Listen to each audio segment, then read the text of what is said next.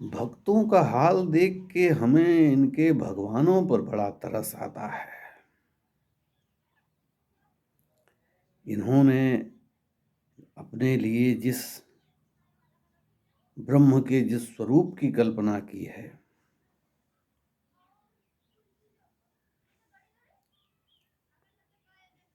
वह भी एक कमतर चरित्र है। वो इनके घटियापन का उदाहरण है। वो इनकी कम बुद्धि का लक्षण है।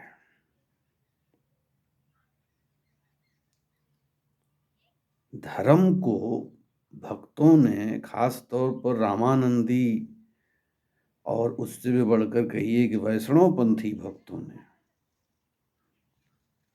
भक्ति आई ही तब जब वैष्णव पंथ आया। इसके पहले शाक्त और शैव मत में कोई भक्त नहीं हुआ करता था। भक्ति जो है, भक्ति को एक रस बना दिया बाकायदा। तो भक्ति का मतलब उसका चरम दास्य भाव है। वैष्णव पंथ जब 8वीं शताब्दी में, 7वीं शताब्दी में यहाँ प्रभावी हुआ,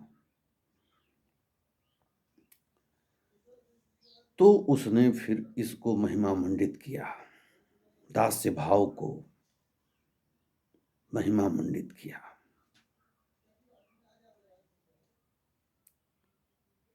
तो इसलिए धर्म का जो स्वरूप है, बौद्ध धर्म के साथ अगर वैष्णव पंथ को, जिसको हिंदू धर्म कहते हैं, ये दरअसल वैष्णव पंथ है।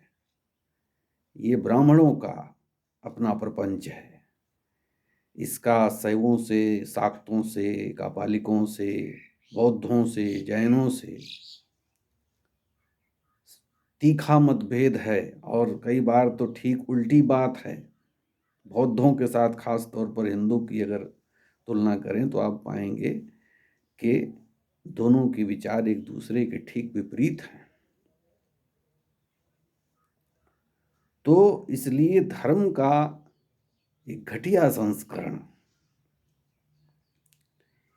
भक्ति ने, भक्तों ने, भगवान ने, भजन ने, भक्ति भजन भगवान ने धर्म का जो घटिया रूप हमारे समाज के सामने रखा, उसी को हिंदू कहते हैं। हिंदू धर्म, इसीलिए हिंदू एक भ्रष्ट चेतना है। हिंदू एक करप्ट सॉफ्टवेयर है।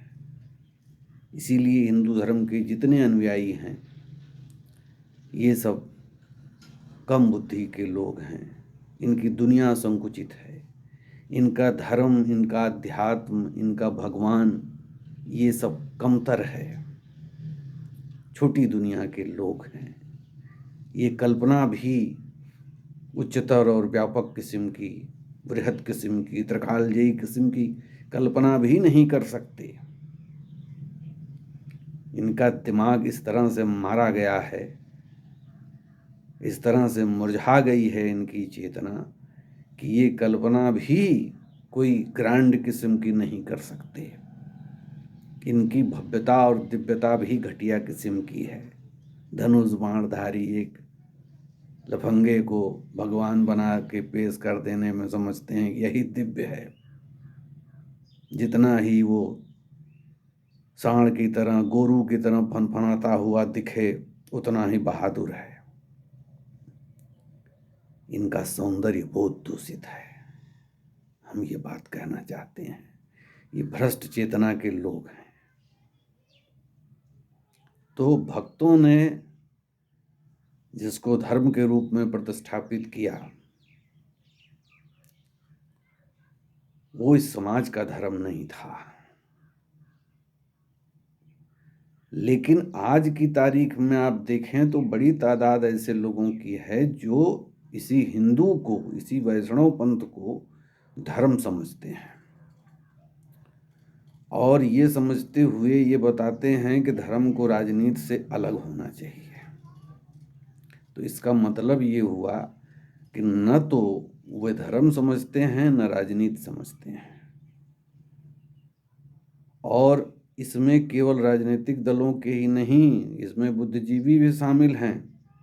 जो ये समझते हैं कि धर्म तो और तो राजनीति से अलग कोई चीज है।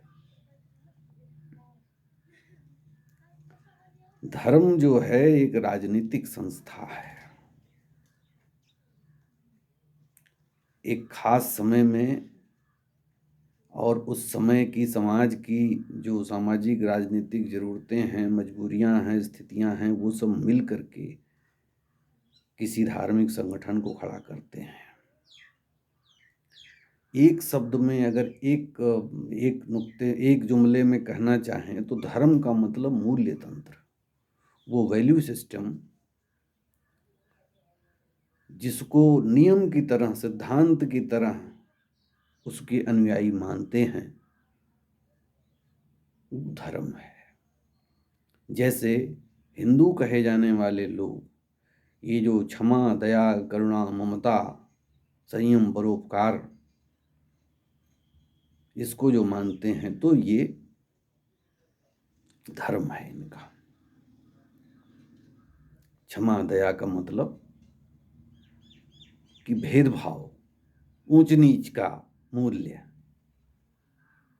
परोपकार करना है, दास्य भाव जिसका चरम लक्ष्य है।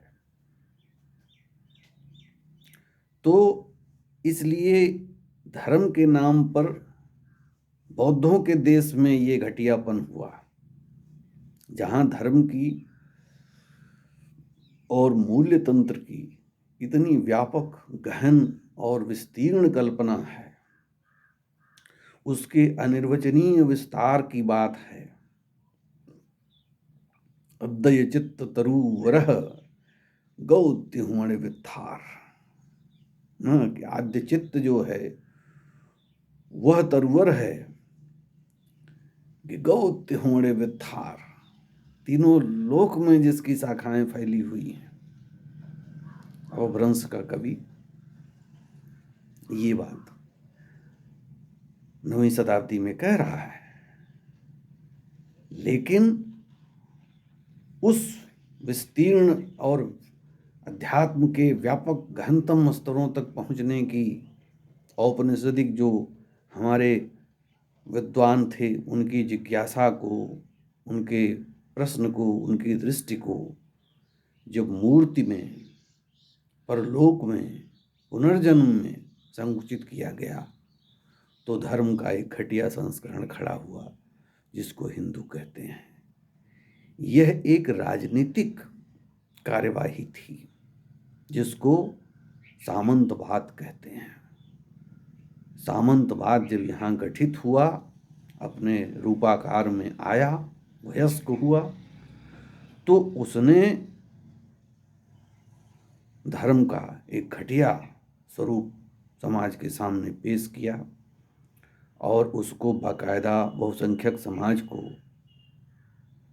संपत्ति से, श्रम से, कला से, उनकी मनुष्यता से वंचित करके इसको बाकायदा डंडा धर के कान में शीशा पिघलाने और ये सब बातें उसी समय की हैं। स्मृतियों और पुराणों ने मिल करके जो समाज बनाया वही हिंदू धर्म है। तो इसको अगर आप राजनीति से जोड़कर नहीं देखेंगे तो आज की तारीख में आपके सामने घटना घट रही है, मंदिर बन रहा है, आप इसको धार्मिक गतिविधि समझते रहिए, इसकी राजनीति को, इसके छल को, इसके प्रपंच को, इसके भ्रष्टाचार को, इसकी ठगी को जो मंदिर के नाम पर हो रही है, भारत की संपदा और संप्रभुता को बेच रहा है। ये एक तरफ राम मंदिर भी बनवा रहा है। अब आप समझ लीजिए कि राजनीति और धर्म का क्या संबंध है।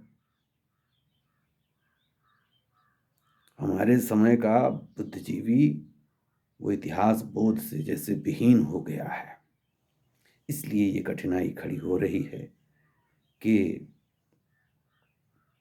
घटिया किस्म के लोग, गिरहकट किस्म के लोग ये ब्रह्म के बारे में, मर्यादा के बारे में, परंपरा और विरासत के बारे में बातें कर रहे हैं। ठीक है।